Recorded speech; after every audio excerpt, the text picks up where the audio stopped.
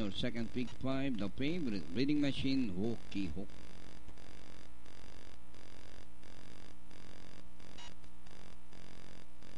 Third choice, Mr. Classmate. And the race is on. Reading machine from the outside rushing up is entry number 6, Royal Milestone, Young Luke, Glass Cockpit. Moving up by Darrell is Hockey Hook. Reading machine followed by Young Luke on the outside. Moving up is Glass Cockpit.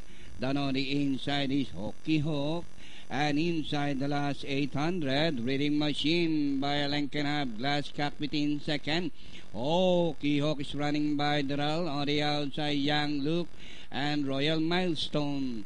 And rounding the far turn, Reading Machine, Glass Cockpit fighting out for the lead. And Hockey Hook is running in third as they race the last 500, Reading Machine by half a length, Glass Cockpit. Hockey Hook racing on the outside as they race the final corner.